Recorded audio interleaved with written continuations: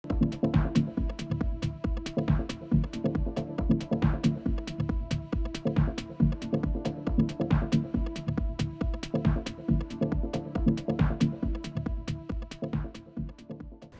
a lot of what I'm going to say is just my entire presentation is probably a take-home message from the previous session, because it's got some data about comparison of open versus radical cystectomy and intracorporeal versus extracorporeal diversion. So we know that robotic cystectomy is now slowly becoming one of the standards of care for bladder cancer, and it has shown an increased adoption from 2004 to 2010. Now about 12.8% cystectomies are being done robotically. That may have increased in the last 1 or 2 years, and that's because it's got similar oncological efficacy. The blood loss is lesser, analgesic requirement may be lesser, and some studies have shown an earlier discharge for these group of patients. However, this is the randomized trial published by MSKCC in the New England Journal of Medicine, and this compared open versus robotic cystectomy, and they found that there was absolutely no difference in terms of complications, in terms of length of stay in the hospital, and the operating room time was significantly higher for the robotic group. And this has been used by a lot of open surgeons and people who are opposed to robotic cystectomy to say that a robotic cystectomy should not be done. But as was rightly mentioned by Dr. Guru in the previous session, this was not a comparison of open surgery versus robotic surgery. This was a comparison between a hybrid approach versus open surgery. And extracorporeal diversion was used in both the groups in these patients.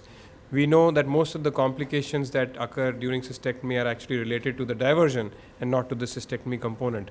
So is it possible that as we get better and better in robotic surgery, as we get better and better in doing intracorporeal diversions, can we reduce the complication rates of this otherwise pretty complicated surgery?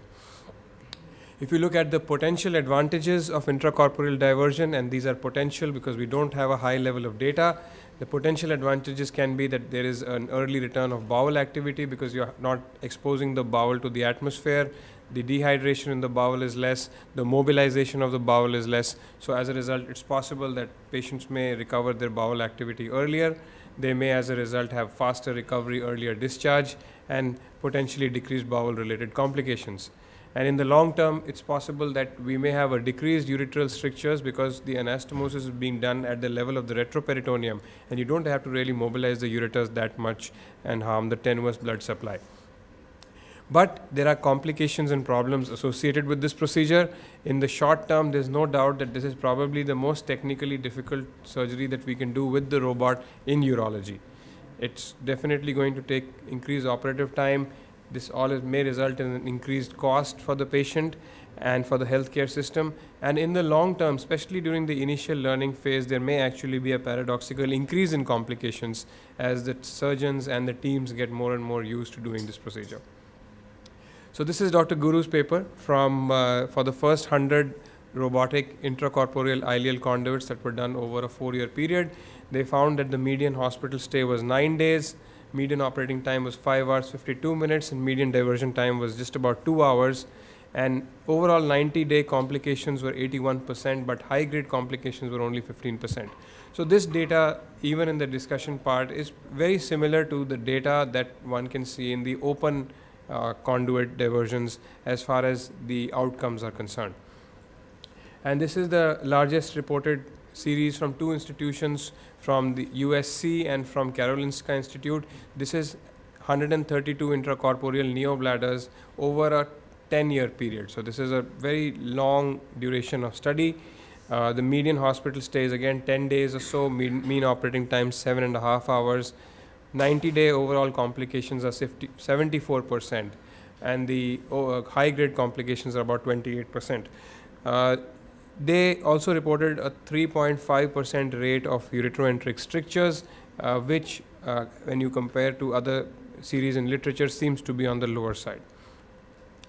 And this is the series which looks at intracorporeal versus extracorporeal urinary diversions, and this is a retrospective analysis of more than 900 patients by the IRCC, and they find that the 30-day readmission rate was about 3 times more in the extracorporeal group.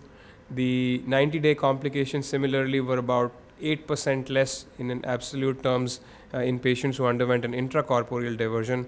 GI complications and infectious complications were similarly significantly less for patients who had undergone an intracorporeal diversion. And this is a retrospective analysis, not the highest level of evidence. I'm sure there may be some selection bias involved here, but this definitely warrants further analysis of the study. And this is our own data. At Medanta, we have done 23 intracorporeal ileal conduits and 28 extracorporeal ileal conduits till date.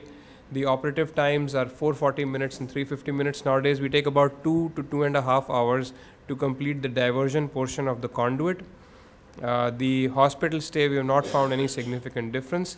There has been a trend towards these patients being able to accept solid feed earlier and being able to pass bowel movement, maybe a day earlier or so. But we still have to take this with a pinch of salt, because as we have moved on to an intracorporeal diversion, we have also adopted more fast track approaches about feeding these patients earlier, mobilizing these patients faster, and all those good things that everybody is doing nowadays. Complication rates, well, we have had our share of complications during the initial learning phase. According to this analysis, there's no statistical difference, but this is a very small sample volume. I do believe that we are still in the learning curve of this procedure, and as the volumes grow and as we are able to do more and more patients, hopefully we will get better with time. So to conclude, that intracorporeal urinary diversion is an evolving procedure. It has a definitive learning curve. Every step in a urinary diversion has its own learning curve. There are technical challenges associated with it. It's not about the skill of the surgeon, it's about the entire team knowing what to do at what time.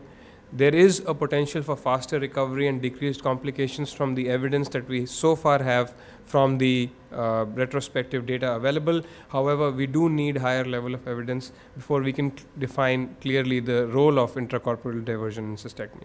Thank you.